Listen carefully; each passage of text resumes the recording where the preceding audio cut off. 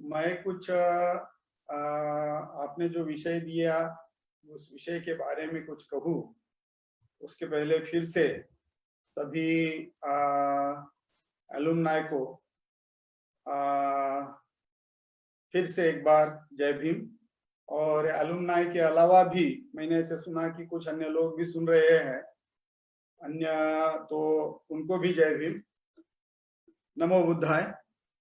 और कुछ शुरू करने के पहले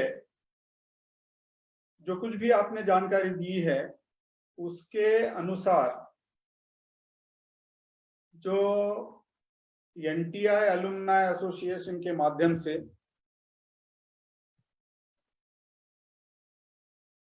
जो भी एक कोरोना रिलीफ का काम चल रहा है, और अपने जितने भी एलुमनाई हैं जो भी इस कार्य में जी जान से जुड़े हुए हैं, उनका मैं बहुत बहुत बहुत पुण्य अनुमोदन करता हूँ।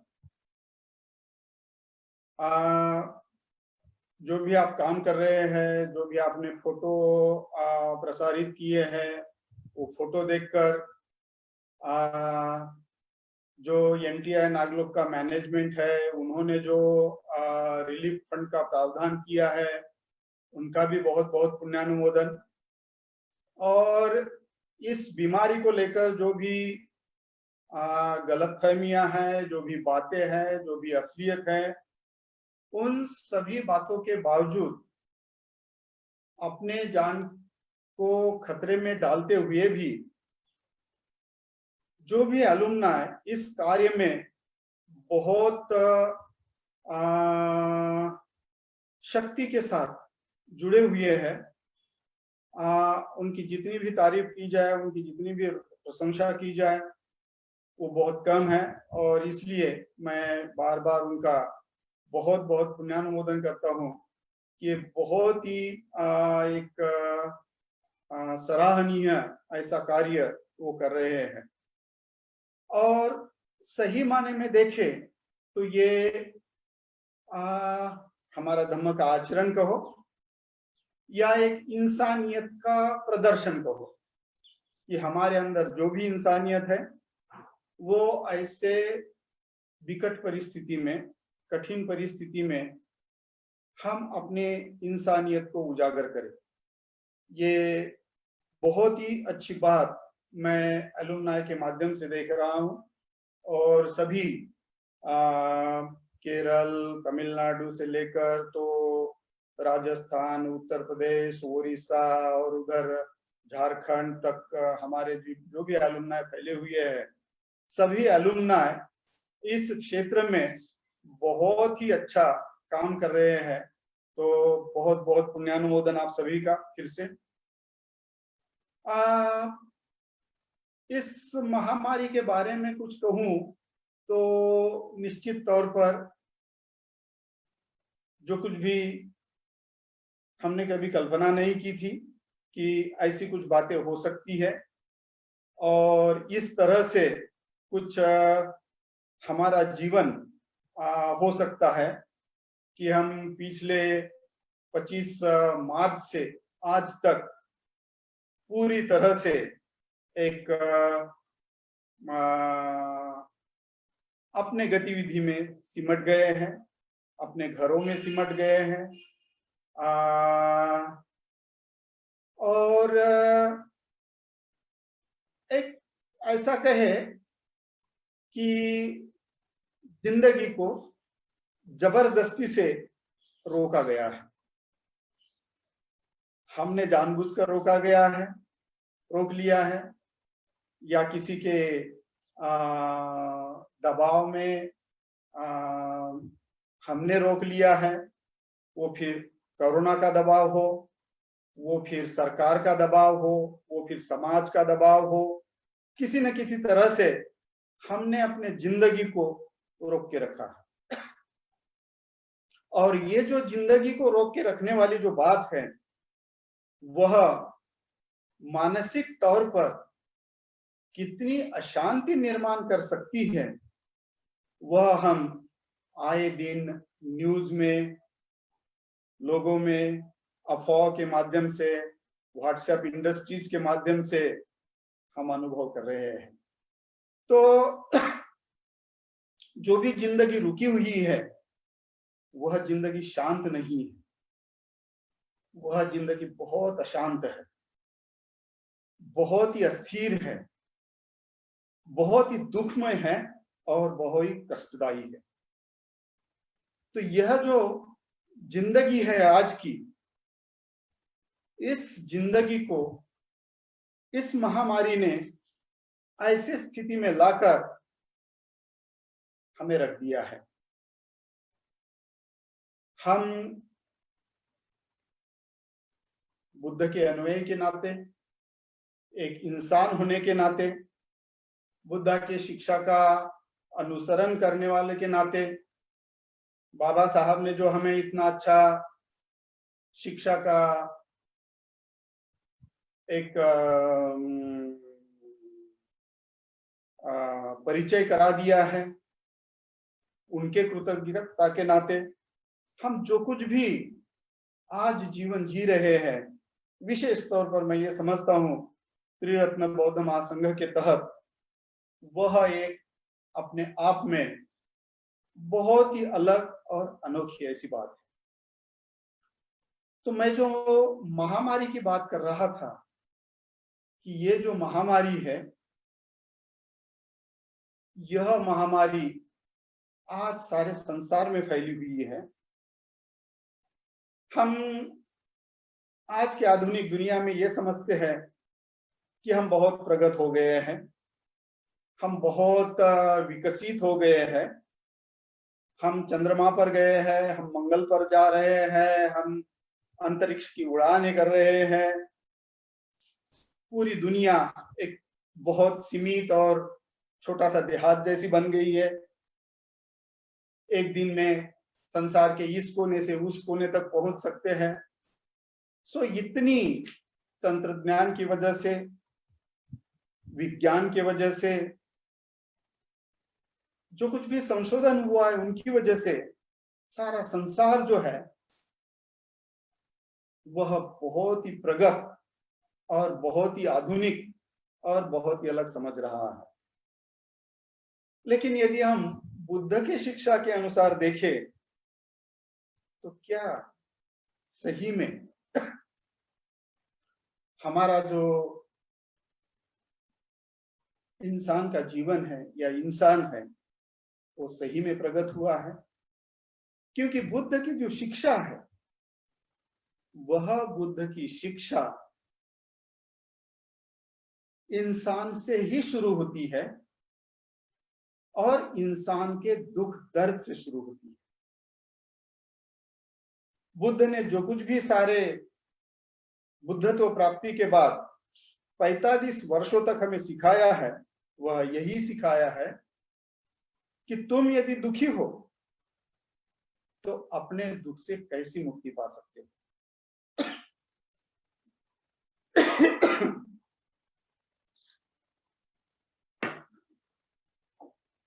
और यह जो महामारी है, यह कोई आज की ही बात नहीं है।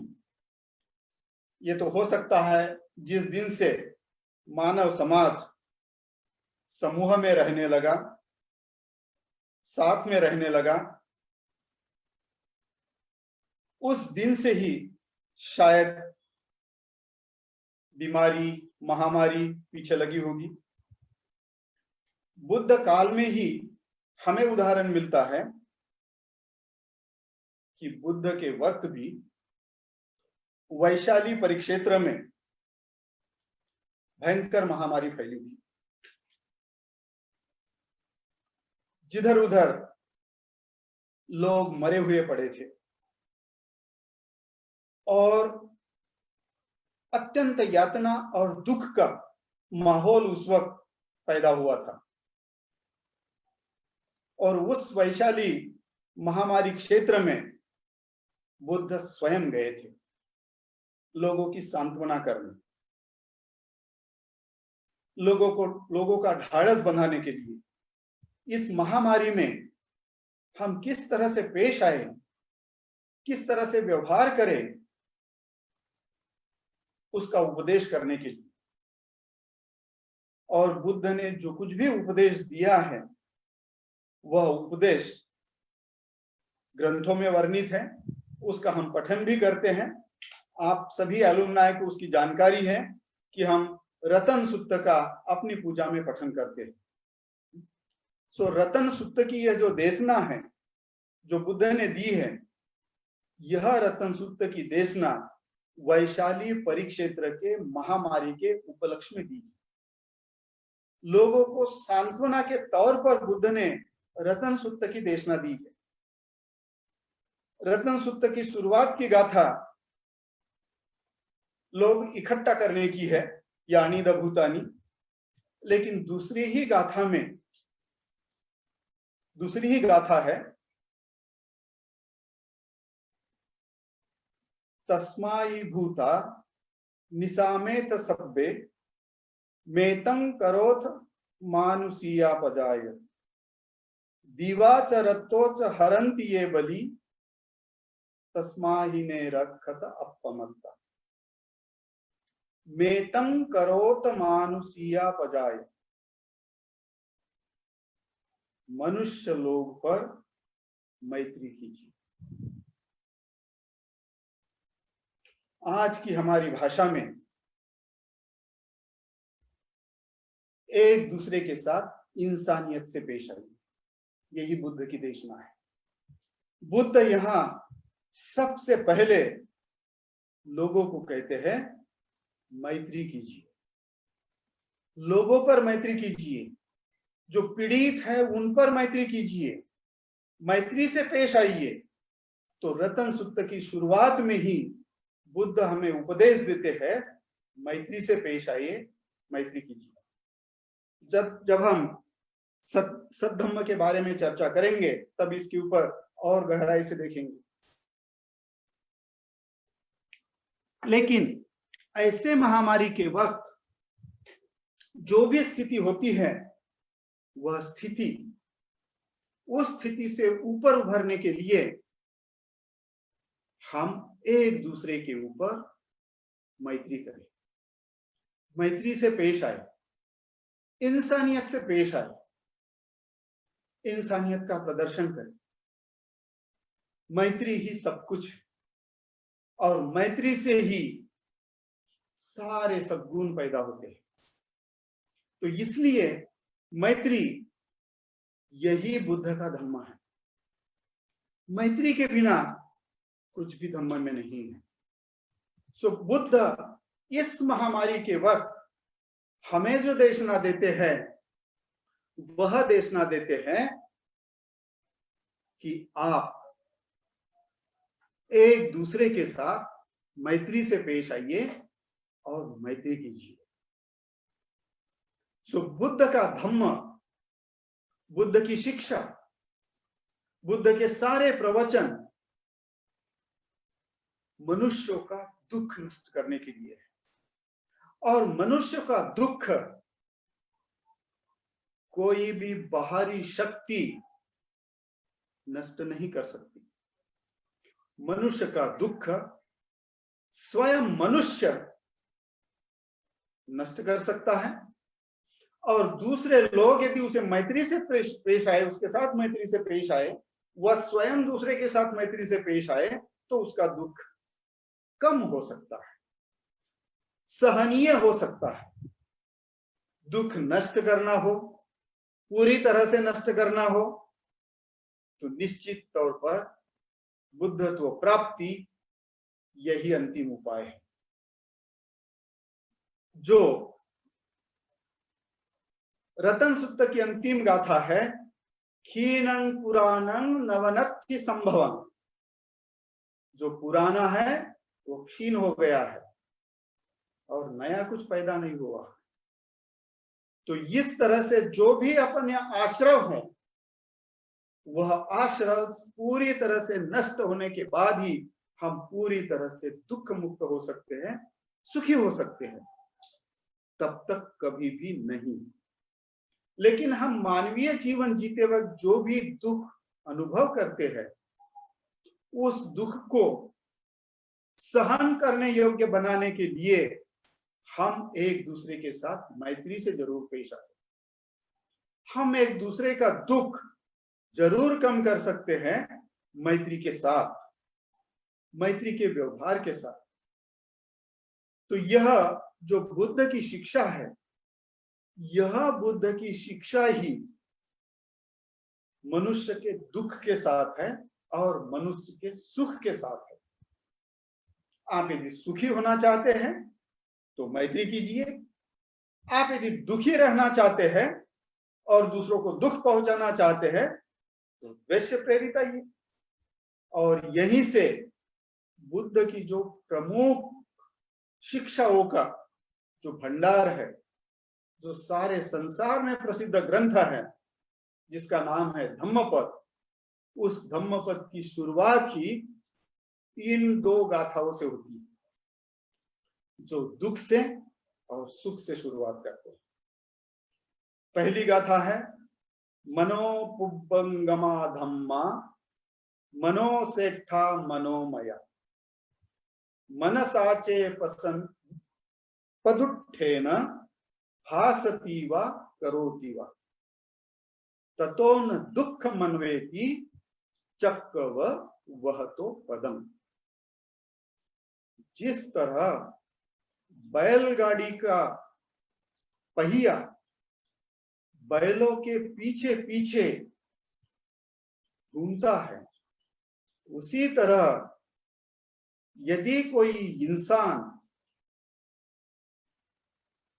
द्वेष से प्रेरित होकर, अकुशल मन से प्रेरित होकर कार्य करता है और मन में वैसे विचार लाता है, तो दुख भी उसके पीछे वैसा ही आता है जैसा बैलगाड़ी का पहिया।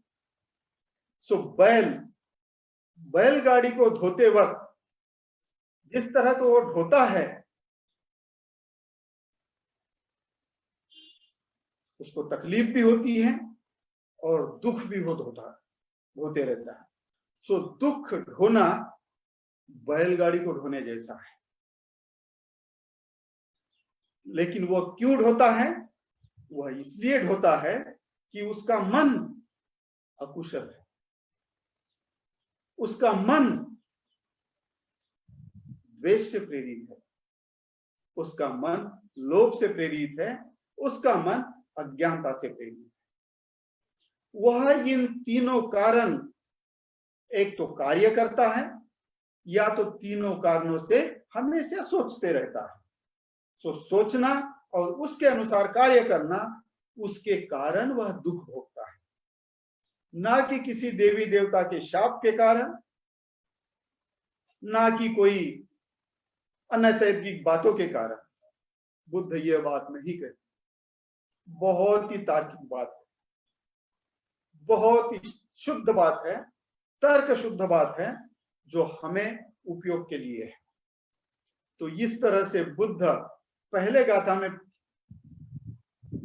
यह सुस्पष्ट करते हैं कि हमारा जो भी दुख है, वह दुख का कारण हम स्वयं हैं, हमारा मन है, दूसरा कोई नहीं। फिर दूसरी गाथा में वह कहते हैं मनोपुब्बंगमा धम्मा मनोसेठा मनोमया मनसाचे पसन्नेन भासती वा करोति वा ततो न सुख मनवेति छाया व अनपायिनी। यदि आपका मन कुशलता से भरा हुआ है, मैत्री से भरा हुआ है, दान से भरा हुआ है, करुणा से भरा हुआ है, तो इस मैत्री भाव से भरा हुआ मन जो सोचता है और मैत्री भाव से कार्य करता है, वह सुख अनुभव करता है और वह सुख उसका कभी पीछा नहीं छोड़ता। जिस तरह से इंसान की छाया इंसान को छोड़कर नहीं जाती। जहां भी इंसान जाता है उसकी छाया उसके साथ में रहेगी। उसी तरह से कुशल मन से किया हुआ काम, मैत्रीपूर्ण मन से किया हुआ काम, मैत्रीपूर्ण मन से सोची हुई कृति इंसान को प्रसन्न रखती है, सुख रखती है। सो यह बुद्ध की प्रमुख शिक्षा है।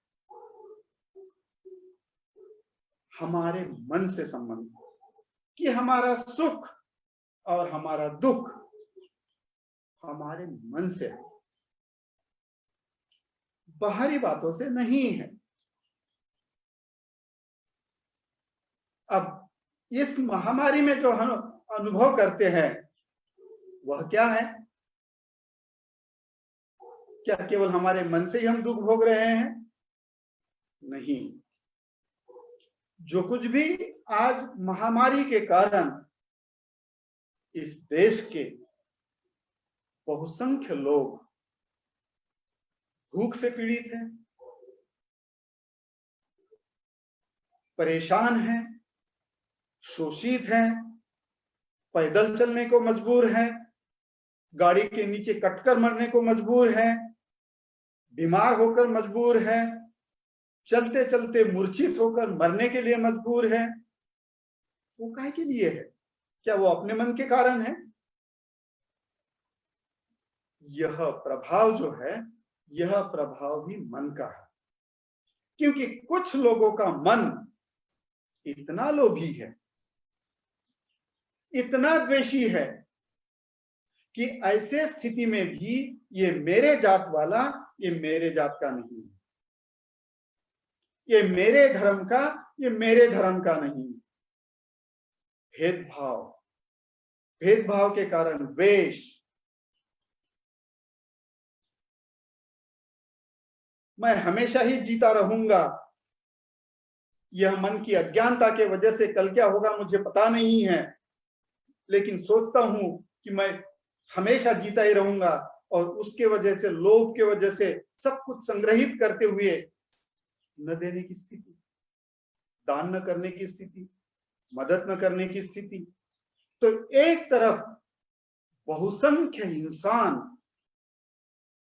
यदि लोभ, द्वेष और मोह से ग्रसित है, तो उसके सहवास में आने वाले लोग भी उससे प्रभावित होकर वो भी दुखी हों, उनका प्रभाव तो होगा ही। तो यह कारण है। इसलिए केवल और केवल एब्सोल्यूट तौर पर हम अपने मन से ही नहीं, हाँ, हम अपने मन से कुछ हद तक कर सकते हैं, ऐसे स्थिति में भी सुखपूर्वक रह सकते हैं। अर्थात हम यदि बुद्ध हो तो, हर कोई तो बुद्ध है नहीं, हम सामान्य जन हैं, इसलिए हम ऐसे स्थिति में भी हमें बुद्ध की शिक्षा किस तरह से मदद कर सकती है, यह हम देखने की हम कोशिश कर रहे हैं। तो यह शुरुआत है कि हमारा मन, जो भी आज इस संसार में जो भी त्रासदी है, वह त्रासदी केवल इंसान के मन के अनुसार है। इंसान का मन ही किसी को दोष देता है, और इंसान का मन ही किसी को निर्दोष साबित करता है। सब कुछ इंसान के मन में है। तो इंसान अपने मन को स्वच्छ बनाए, यही तो हम मन को सीखते वक्त सीखते हैं। खैर, बुद्ध का और दूसरी बात है, वह क्या है? आप सभी अलुमनाय हैं, ज्यादा से ज्यादा नागलोक में जो मेरे सुनने वाले अभी होंगे, ज्यादा से ज्यादा अलुमनाय होंगे, और दूसरे भी जो प्रयत्न बौद्ध महासंघ से जुड़े हुए लोग जो भी मुझे सुनते होंगे, उनको भी जानकारी होगी, क्योंकि हम हमेशा पूजा में कई बार इसका पठन कर चुके हैं। कौन सा पठन है? बाबा साहब ने बुद्ध और उनके धम्म में बहुत अच्छी तरह से लिखा है, सल्लेख सूत्र। चाहे दूसरे लोग अकुशल कर्म करें, मैं अकुशल कर्म नहीं करूंगा। इसी पर पूरा का पूरा सुख है, जो हम नागलोक में हर दिन पूजा के वक्त भी पढ़ते हैं, त्रिरत्न बौद्ध महासंघ के शिविरों के माध्यम से भी पढ़ते हैं। तो चाहे दूसरे लोग कैसे भी हो, मुझे वैसा नहीं होना है। मुझे कुशल ही रहना है, मुझे अच्छा ही रहना है, मुझे अपने मन को शुद्ध ही बनाना है, और मुझे अपने मन को मैत्रीपूर्ण ही बनाना है। यह बुद्ध की शिक्षा है, निश्चित तौर पर कठिन है। इसलिए तो बाबा साहब ने कहा 15 अक्टूबर को लेक्चर देते वक्त भी कहा कि ये धर्म बहुत कठिन है और आपको बहुत बहुत मेहनत करने की जरूरत है इसका आचरण करने की, क्योंकि यह हमारे स्वयं के व्यवहार से है, हमारे स्वयं के व्यवहार के परिवर्तन से है। हमारा व्यवहार परिवर्तन हो, हम स्वयं परिवर्तित करें स्वयं को, और जब तक हम स्वयं को परिवर्तन नहीं कर पाएंगे, हम बुद्ध के अनुयायी नहीं बन सकते। तो यह बहुत ही सुस्पष्ट है। मेरा ये शरीर है और इस शरीर में मेरा एक मन है। यह जो मेरा अस्तित्व है, यह अस्तित्व इन दो चीजों से ही बना हुआ है। एक जो कुछ भी 2 गज का ढांचा, सर्वसाधारण लोग तौर पर हम 2 गज कहते हैं, कोई 5 फुट होता है, कोई 6 फुट होता है, कोई 5.5 फुट होता है, जो भी है। तो ये शरीर है 5-5.5 फुट का, और इस शरीर में कोई एक चेतन स्थिति है जिसको हम मन कहते हैं, और इस मन को लेकर हम कहते हैं, फिर से मैं धम्मपद का उल्लेख करूंगा कि इस मन को लेकर धम्मपद में पूरा एक वग्ग है, चित्त वग्ग। और चित्त वग्ग में मन कैसा है इसके बारे में अच्छी तरह से जानकारी दी हुई है। पूरा का पूरा चित्त वग्ग तो अब हम नहीं पढ़ सकते, उतना समय नहीं है, लेकिन संक्षिप्त में मैं बताने की कोशिश करूंगा कि इस शरीर में एक मन है, लेकिन वो मन कैसा है कोई नहीं जानता। वो कहां है, इस शरीर में कहां है वो कोई नहीं जानता। उसे ढूंढने जाओ तो मिलता नहीं, दिखता भी नहीं, पकड़ में आता भी नहीं, नियंत्रित होता भी नहीं, लेकिन वो कार्यरत रहता है। वो इस शरीर को चलाता है, इस शरीर से कार्य करवाता है।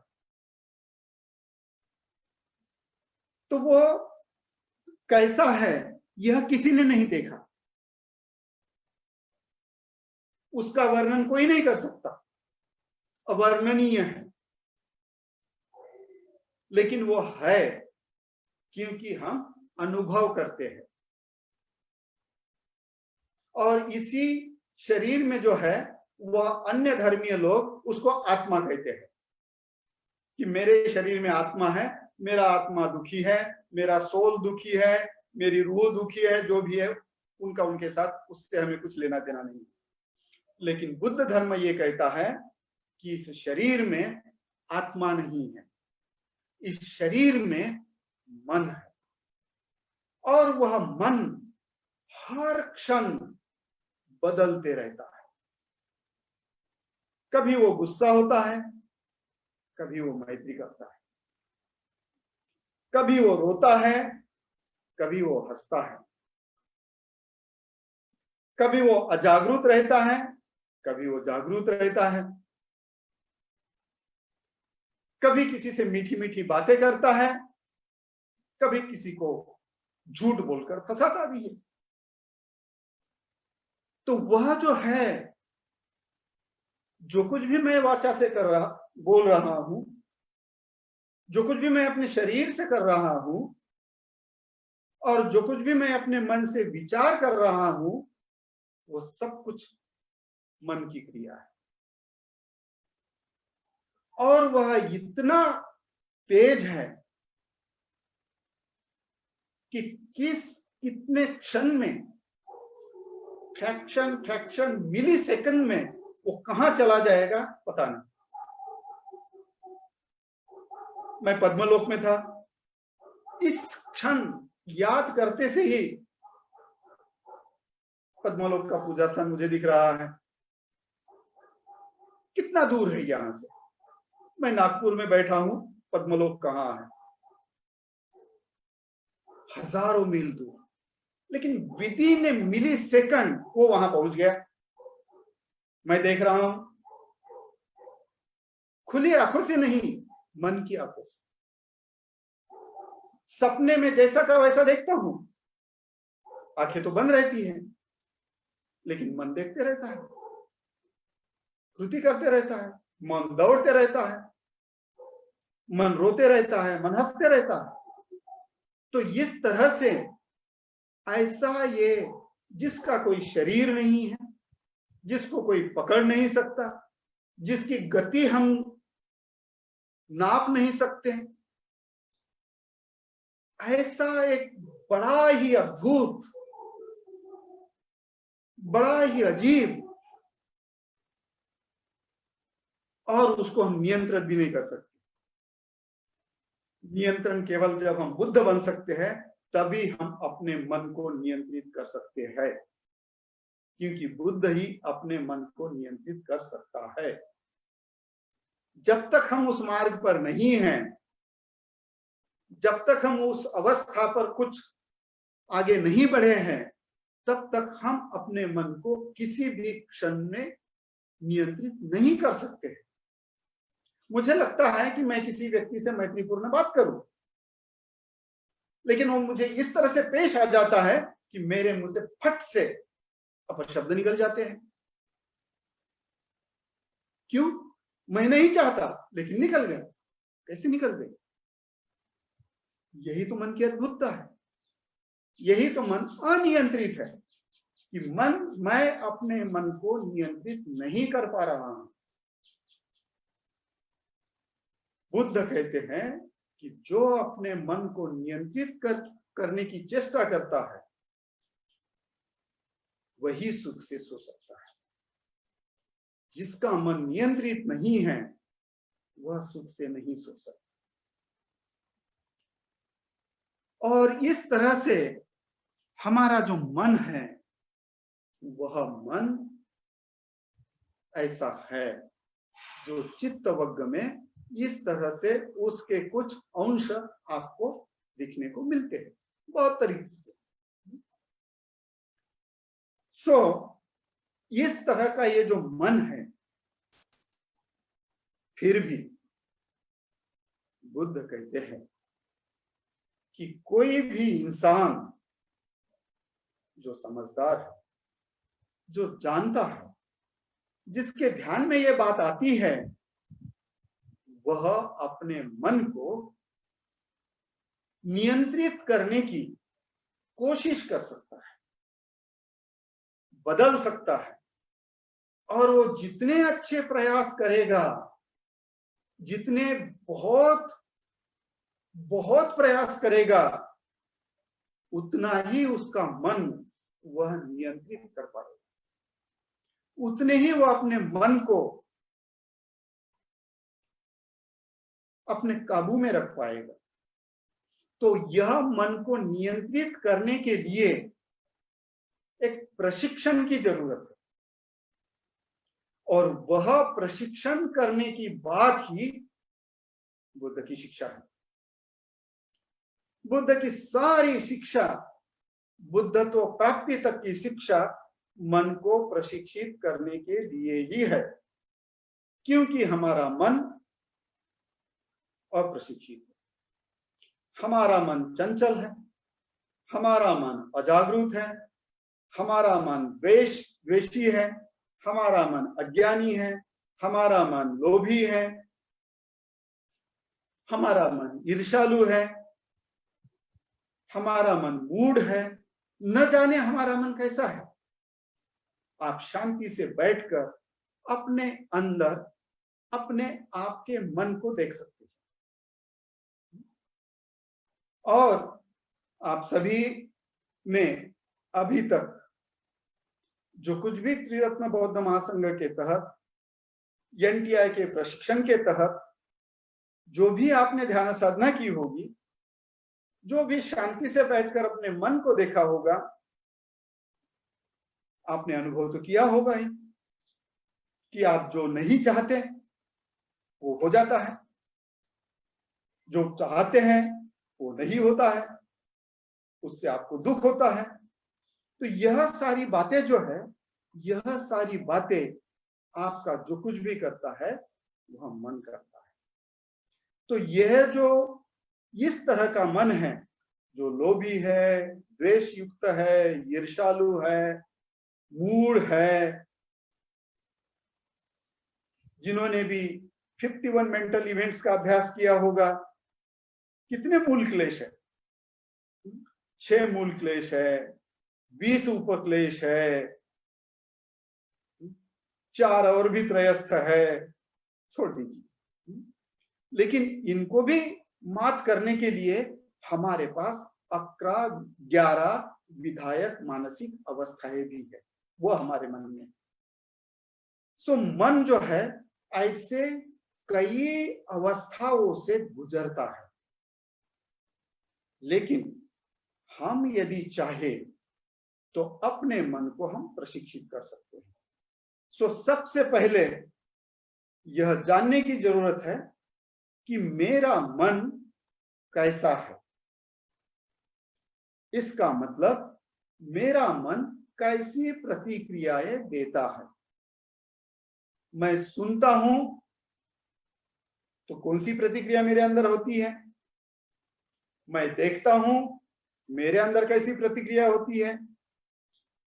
तो जो भी मेरे पंचेंद्रिय है, इन पंचेंद्रियों के माध्यम से मेरे शरीर की जो कुछ भी संवेदनाएं हैं, उस संवेदनाओं के माध्यम से जो भी मेरा मन अनुभव करता है, उस अनुभव के आधार पर मेरा मन कैसा है।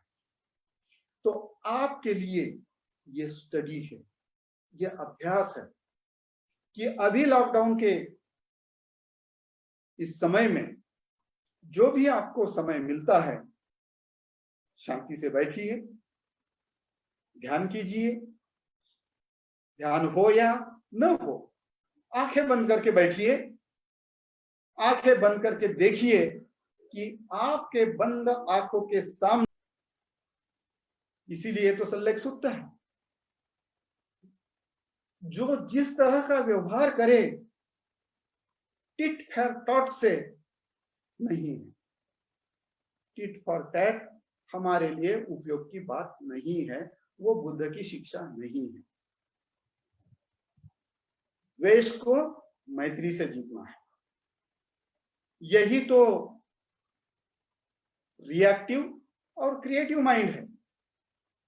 हमारा मन हमेशा बचपन से वयस्क होते तक जो रिएक्टिविटी में, प्रतिक्रिया में प्रशिक्षित हुआ है, उसको क्रिएटिव बनाने की कोशिश करनी है।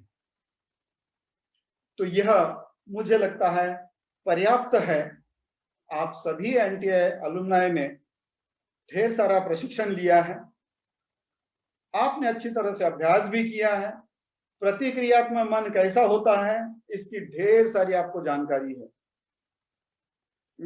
आपने 3 प्राणी पढ़े हैं, आपने 6 लोक पढ़े हैं, आपने 12 निदान पढ़े हैं, आपने प्रतिक्रियात्मक मन के लक्षण पढ़े हैं, तो हम जो कुछ भी है आज की स्थिति में वो बहुत भारी मात्रा में हमारा प्रतिक्रियात्मक मन है, और प्रतिक्रियात्मक मन के तहत ही हम कार्यरत हैं, और वह कार्यरत होने के वजह से हम हमेशा दुख अनुभव करते हैं। अब प्रतिक्रियात्मक मन को यदि आप प्रतिक्रिया से प्रत्युत्तर दोगे तो क्या होगा? आपकी जो चैनल है वह और गहरी होगी। जिस तरह से बैलगाड़ी के पहिए एक रास्ते से दूसरी बार, तीसरी बार, चौथी बार जब जब जब जब जाते हैं तो ये नाली जैसी बनती है, और बाद में जब वो नाली के ऊपर लाने की कोशिश करो तो पहिया फिर से नाली में गिरता है और बैल उसी नाली से चलने की कोशिश करते हैं। हूबहू हम भी वैसे ही बनते हैं, हूबहू हमारा व्यवहार भी वैसा ही होता है। हमारा जो आज का स्वभाव है, हमारी जो आज की आदतें हैं, हमारी जो आज की बात करने की स्टाइल है, हम जो कुछ भी आज है वह सब कुछ हमारे मन का प्रशिक्षण है, जो हमने जन्म से लेकर अभी तक प्रशिक्षित किया हुआ है। इसलिए जिस तरह से भी हम प्रशिक्षित हुए उसको दोष देने में कोई तुक नहीं है, उसके बारे में चर्चा करने में कोई तुक नहीं है। तो अभी क्या करना है? तो अभी हमें जागरूक होना है। यहां से हमारा मन सृजकता की ओर बढ़ता है। आप सभी लोग आनापानसति का ध्यान किए हैं, तो यहां से हमारी सृजकता की ओर बढ़ेंगे। तो प्रतिक्रियात्मक मन हमारी जो आदतें हैं, हमारा जो स्वभाव है, हमारी जो बात करने की स्टाइल है, हम जो कुछ भी आज है वह हमारा प्रशिक्षण है अभी तक की जिंदगी का। वो युवाओं की जिंदगी हो, वयस्कों की जिंदगी हो, प्रौढ़ों की जिंदगी हो या बूढ़े लोगों की जिंदगी हो। जिस क्षण हम धम्म जीवन में आते हैं और हम पहली बार आनापानसति का ध्यान करने बैठते हैं, हमारा ध्यान होता नहीं, हमारे आंखों के सामने ये सारी बातें नाचती रहती हैं। तो उससे डरने की जरूरत नहीं है, उससे घबराने की जरूरत नहीं है, उससे भागने की जरूरत नहीं है। उसको देखो, यह मैं हूं। तो पहली बात है, आप अपने आप को स्वयं को स्वीकार कीजिए कि आप कैसे हैं। हर कोई इंसान 100% गलत नहीं होता। हमारे बुजुर्गों ने केवल गलत ही नहीं पढ़ाया हमें कुछ अच्छी भी बात पढ़ाई है, हमें कुछ अच्छा भी प्रशिक्षण दिया है, हमें कुछ मदद करने का भी सिखाया है, देखभाल करने का भी सिखाया है, हमारे अंदर प्यार की भी भावनाएं हैं, तो हमारे अंदर अच्छी बातें भी है। लेकिन वो बहुत अल्प स्वल्प है और बहुत कमजोर है। इन प्रतिक्रिया के तुलना में, इस अकुशलता के तुलना में हमारी कुशलता बहुत कमजोर है, बहुत मर्यादित है, बहुत सीमित है, और इसलिए हम दुखी है और हमेशा दुख में जीने की कोशिश कर रहे हैं और दुख रोते हुए जीने की कोशिश कर रहे हैं। उससे यदि मुक्ति पाना है तो सबसे पहली बात है, आप अपने आप को स्वीकार कीजिए कि आप कैसे हैं। वहां से हमारा धम्म जीवन शुरू होता है। डरने से नहीं, मैं जैसा हूं वैसा मैंने मुझे स्वीकार करना है।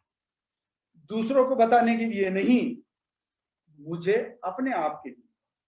मैं कितना चंचल हूं, मैं कितना अस्थिर हूं, मैं कितना अजागरूक हूं, मैं कितना द्वेषी हूं, मैं कितना ईर्ष्यालु हूं,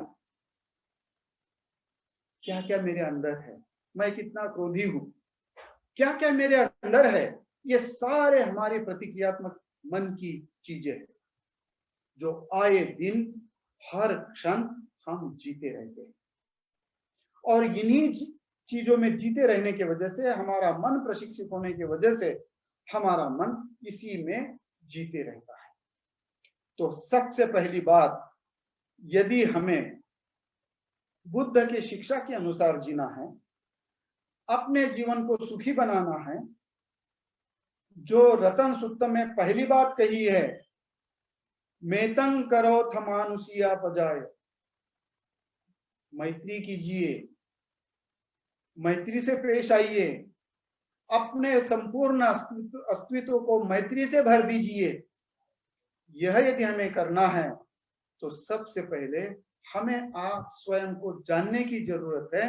मैं कैसा हूं, मैं कहां खड़ा हूं, मैं स्वयं को कैसा देखता हूं, दूसरों के लिए नहीं, अपने आप के लिए। इसलिए सबसे पहले आंखें बंद करके कुशन पर बैठिए और स्वयं को अनुभव कीजिए, और स्वयं आप कैसे है यह जानने की कोशिश कीजिए। भले ही आप जाने या न जाने, लेकिन मुझे लगता है प्रतिक्रियात्मक मन को लेकर, और अभी मैं जो कुछ भी आपको बताया उसको लेकर आपके ध्यान में, और आपने जो कुछ भी अभ्यास किया होगा अभी तक का, उसको लेकर ये स्पष्ट हुआ होगा कि मैं जो कुछ भी आपके सामने प्रस्तुत करना चाहता हूं वह यह है कि सब कुछ मेरे मन में है। मेरा सुख मेरे मन में है, मेरा दुख मेरे मन में है। सुख की बातें हम कल करेंगे, लेकिन दुख जो भी मैं अनुभव करता हूं, जो भी मैं दूसरों को पहुंचाता हूं, वो सब कुछ मेरे मन में है, कहीं भी बाहर नहीं।